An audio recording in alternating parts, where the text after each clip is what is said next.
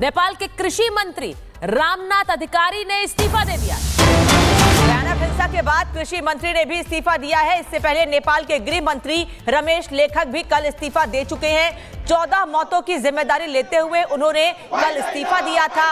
उनसे लगातार विपक्ष मांग भी कर रहा था इस्तीफा दे, दबाव कहें या 14 मौतों की जिम्मेदार वो खुद को मानते हुए इस्तीफा दिया। और अब नेपाल के कृषि मंत्री रामनाथ ने भी इस्तीफा दे दिया है पद से। नेपाल में एक और इस्तीफा हुआ और सुबह होते होते एक बार फिर वहां हिंसा भड़क उठी है। सड़कों में युवा इकट्ठे हो गए हैं। भले ही सोशल मीडिया बैन के खिलाफ ये प्रदर्शन कहा जा रहा हो, लेकिन कई मुद्दों को लेकर, कई बातों को लेकर नाराजगी है नेपाल में। और इसी वजह से बड़ी संख्या में युवा एक बार फिर आज नेपाल में काठमांडू और अलग अलग शहरों में सड़कों पर उतरे हुए हैं। एक प्रदर्शन जो कि सोशल मीडिया ऐप्स के बैन को लेकर शुरू हुआ, अब ऐसा लग रहा है सरकार को अपदस्थ करने के लिए आगे बढ़ रहा है। नेपाल की सरकार के खिलाफ अब ये प्रदर्शन और ज्यादा उग्र हो रहा है। न सिर्फ काठमांडू तक सीमित रह गया है, अलग अलग शहरों में फैल रहा है।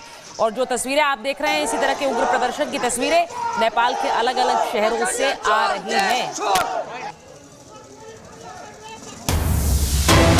बड़ी खबर, काठमांडू में पुलिस प्रदर्शनकारियों में फिर से भिड़ंत हुई है। प्रदर्शनकारियों को संसद की तरफ जाने से रोका गया है। कल बहुत बड़ी संख्या में जेनजी युवा काठमांडू में पहुंचे, मौजूद है, सड़कों पर पहुंचे और उसके बाद संसद परिसर तक पहुंच गए थे। चारों तरफ से परिसर को घेर लिया था। और अब ये जानकारी मिल रही है कि बहुत बड़ी संख्या में वहां पर प्रदर्शन कर रहे लोग काठमांडू की सड़कों पर और संसद की तरफ आगे बढ़ रहे हैं। उन लोगों को रोकने का प्रयास जब पुलिस ने किया तो प्रदर्शनकारियों के साथ पुलिस की झड़प भी हुई है। तो काठमांडू में पुलिस प्रदर्शनकारियों में भिड़ंत हो रही है। कल की तस्वीरें आपको याद है, कैसे हल्ला बोल दिया था प्रदर्शनकारियों ने। सुरक्षाकर्मी तैनात थे लेकिन उनके सामने आकर खड़े हो गए थे। उसी तरह की तस्वीरें अब अलग अलग शहरों से नेपाल के आ रही हैं।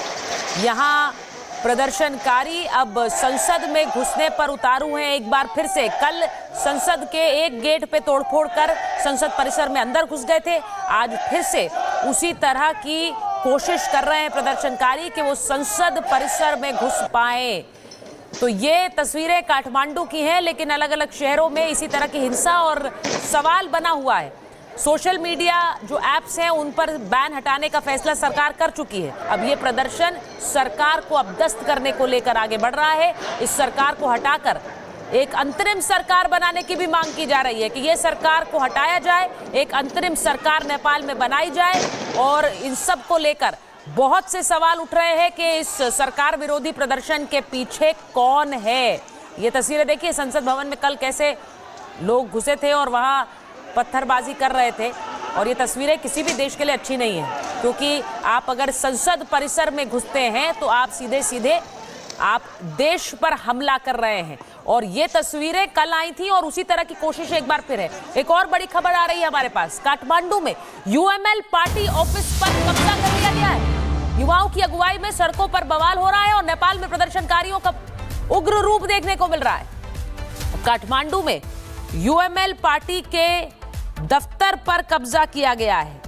अब आप इसे समझिए कि वहां पर जो प्रदर्शनकारी हैं, अब वो सिर्फ सोशल मीडिया बैन के लिए नहीं है सड़कों पर, यह प्रदर्शन उससे कहीं बड़ा हो चुका है। और नेपाल में जो हालात इस वक्त बन रहे हैं वो श्रीलंका की याद दिला रहे हैं। 2-2.5 साल पहले श्रीलंका में जो स्थिति बनी थी, अलग अलग जगहों पर वहां प्रदर्शनकारी पहुंचे थे और राष्ट्रपति हाउस तक कब्जा कर लिया था लोगों ने। अब धीरे धीरे उसी राह पर वहां के प्रदर्शनकारी बढ़ रहे हैं, क्योंकि यूएमएल पार्टी दफ्तर पर कब्जा कर लिया है, फिर संसद की तरफ बढ़ रहे हैं, उनको रोका गया है। कल भी रोकने के दौरान काफी हिंसा हुई थी, जगह जगह प्रदर्शन देखने को मिला था।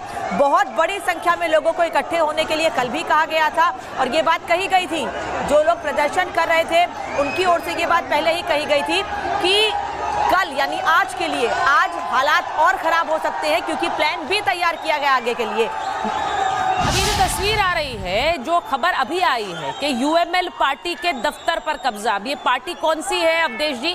ये ओली जी की पार्टी है। अब इसके दफ्तर पर कब्जा करने का मतलब क्या है? आप सरकार विरोधी सीधे सीधे संदेश दे रहे हैं। आप इस सरकार को कह रहे हैं कि आप हटिए और आप एक अंतरिम सरकार की मांग भी लगातार कर रहे हैं। क्या हो रहा है इस वक्त? धीरे धीरे रूप लिया है, क्योंकि आप जब आंदोलन करते हैं, तात्कालिक गुस्सा उसके कारण फूटा था सोशल मीडिया, लेकिन इसके पीछे जैसे कई बयान आए हैं कि हम केवल सोशल मीडिया के कारण नहीं लड़ रहे हैं, हमको भ्रष्टाचार खत्म करना है। हमारे जीवन में, नेताओं के जीवन में अंतर आ गया हुआ है, नेताओं ने हमारी आकांक्षाओं को पूरा नहीं किया है।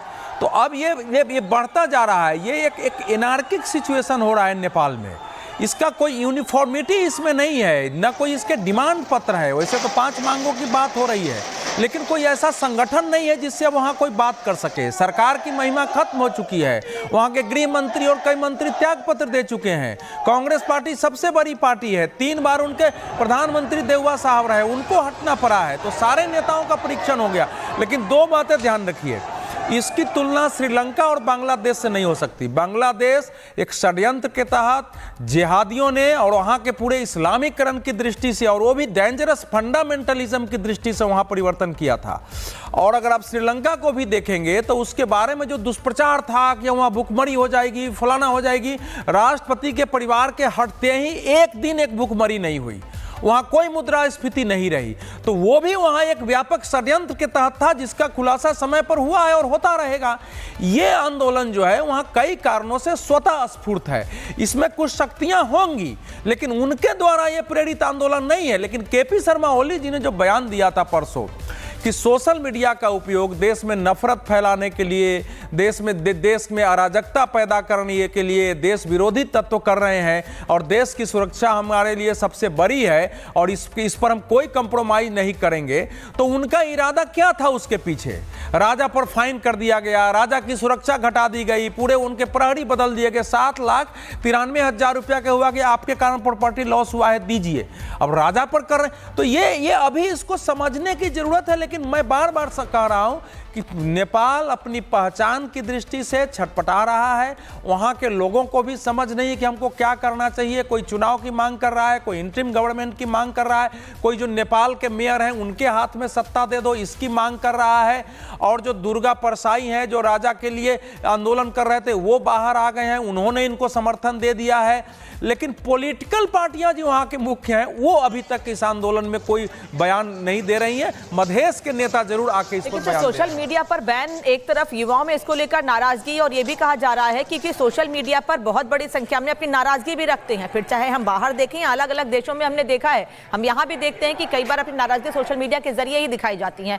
तो लोग अपनी बात ना रख सके उस प्लेटफॉर्म पर, सरकार को लेकर लोगों के मन में क्या है वो वहां पर ना रख सके, क्योंकि सीधे बात तो कर नहीं सकते हैं, तो इसलिए रोका गया लोगों को, इसलिए बैन लगाया गया। इस पर सर आर रिएक्शन, लोग एक बड़ी खबर आ रही है, वो जरा बता देते हैं कि नेपाल के प्रधानमंत्री ओली के घर के बाहर बवाल हो रहा है। बालाकोट के भक्तपुर वाले घर पर धावा बोल दिया गया है। नेपाल के प्रधानमंत्री के घर पर कब्जा करने की कोशिश की जा रही है। अब ये बड़ी खबर आ रही है, केपी ओली के घर के बाहर प्रदर्शन किया गया और घर में आवास में घुसने की कोशिश की जा रही है। ये तस्वीर जो आपको दिखा रहे हैं, अब प्रधानमंत्री के घर में धावा बोल देना, वहां पर घुसने की कोशिश करना, आप समझिए कि स्थिति कितनी तनावपूर्ण वहां पर हो गई है। एक तरफ आप संसद पर धावा बोल रहे हैं, कल तो संसद परिसर में घुस भी गए थे, आज एक बार फिर संसद परिसर में घुसने की कोशिश है। वो खबर हमने आपको दिखाई।